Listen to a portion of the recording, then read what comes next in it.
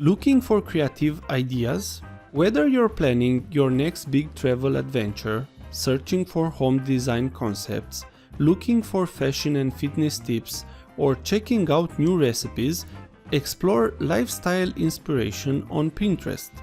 Let's see how to install Pinterest on Android. First, we need to go to Google Play, so open Google Play. On the search above, write Pinterest.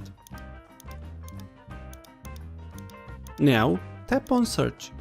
After you have found the app, just tap on Install and wait. You have now installed Pinterest on your Android device. After the install is complete, just tap on Open. You can log in with Google or Facebook. I will tap Continue with Google. If you have multiple accounts on Google, select the one you wish to use. Write your age and tap Next.